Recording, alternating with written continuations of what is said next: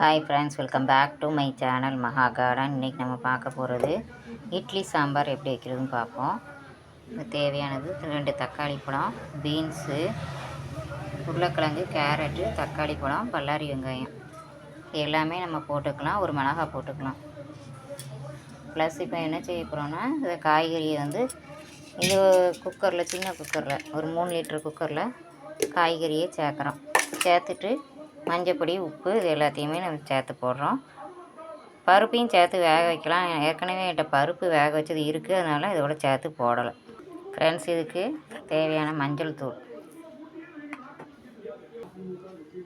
இதுக்கு தேவையான அளவு மஞ்சள் தூள் போட்டுக்கிறோம்.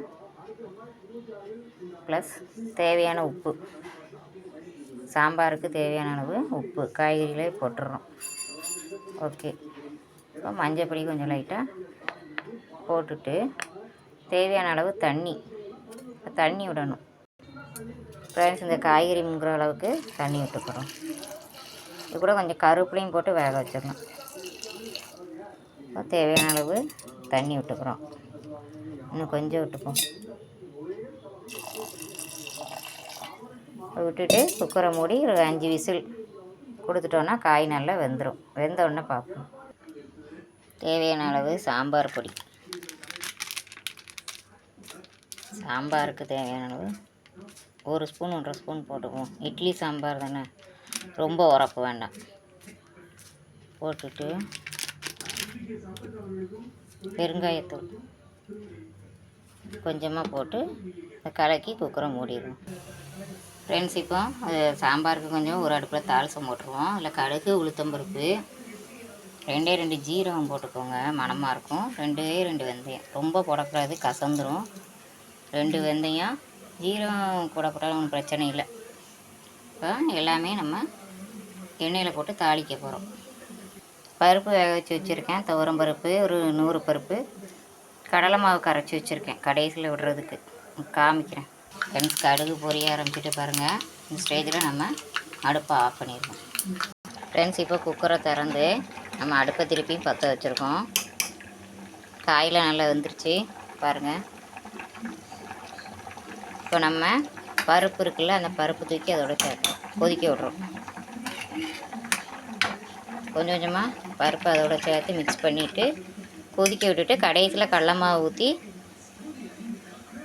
தாளிசத்தையும் தூக்கி போட்டு கொத்தமல்லி இலையும் போட்டு இறக்க வேண்டியதான். பாருங்கள் ஃப்ரெண்ட்ஸ், எப்படி கொதிக்குதுன்னு. பருப்பு அவ்வளோத்தையும் சேர்த்துட்டு காமிக்கிறேன். ஃப்ரெண்ட்ஸ், இப்போ பருப்பு கொதிக்க ஆரம்பிச்சிட்டு பாருங்கள். காயோட சேர்ந்து பருப்பு கொதிக்க ஆரம்பிச்சிருச்சு. கருவேப்பிலை நம்ம ஏற்கனவே போட்டோம். இந்த ஸ்டேஜில் நம்ம கரைச்சி வச்சுருக்கிற கடலை மாவு அதை அதோட சேர்க்குறோம்.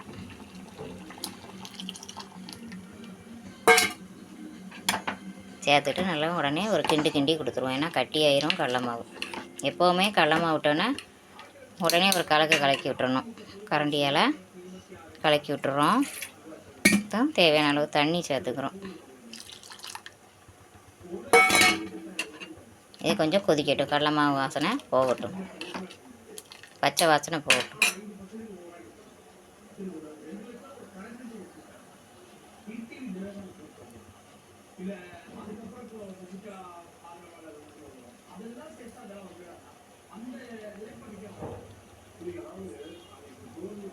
கொதிக்க ஆரம்பிக்குது பாருங்கள். லைட்டாக ஓரம்லாம் கொதிக்குது பாருங்கள். கொஞ்சம் அடுப்பை குறைச்சி வச்சுக்கிடுவோம். இப்போ கடைசியில் நம்ம தாளிசத்தை போட்டுருவோம். தாளிசத்தை போட்டாச்சு. தேவையான அளவு மல்லித்தழை, மல்லியிலே கட் பண்ணி வச்சுருக்கேன், அதையும் அதோட சேர்த்து போட்டுருவோம். கொதிக்க ஆரம்பித்தோடனே இறக்கிற வேண்டியது. சுவையான இட்லி சாம்பார் ரெடி. இது பாசிப்பருப்புலையும் செய்யலாம், அது இன்னொரு நாளைக்கு செஞ்சு காமிக்கிறேன். இப்போ துவரம் பருப்பு வச்சு செஞ்சுருக்கோம். இந்த சாம்பார் நல்லா டேஸ்ட்டாக இருக்கும். இட்லிக்கு நல்லா டேஸ்ட்டாக இருக்கும், தோசைக்கும் நல்லாயிருக்கும். ரொம்ப இந்த மாதிரி செஞ்சு ட்ரை பண்ணி பாருங்கள் ஃப்ரெண்ட்ஸ். ரொம்ப ஈஸி. காய்கறி கேரட்டு, பீன்ஸ், உருளைக்கிழங்கு, வெங்காயம், தக்காளி, பச்சை மிளகாலாம் போட்டு கடைசியில் கடுகு, உளுத்தம்பருப்பு, ஜீரகம், வெந்தயம் தாளிக்கணும். இதோட துவரம் பருப்பு இல்லாட்டி பாசி பருப்பு ப்ளஸ் கடலை மாவு கடைசியில் விடணும். இதுதான் இதோட ஹைலைட்டு. கடைசியில் மல்லி இலை போட்டு தாளிச்சத்தை போட்டு இறக்கிடணும். ஒரு கொதி வரட்டும், கொதித்தோடனே இறக்கிடும்.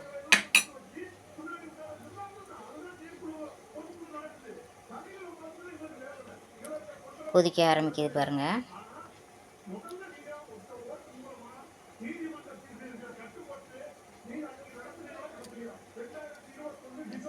ஓகே ஃப்ரெண்ட்ஸ், இந்த வீடியோ பிடிச்சிருந்தா லைக் பண்ணுங்கள், ஷேர் பண்ணுங்கள், கமெண்ட் பண்ணுங்கள்.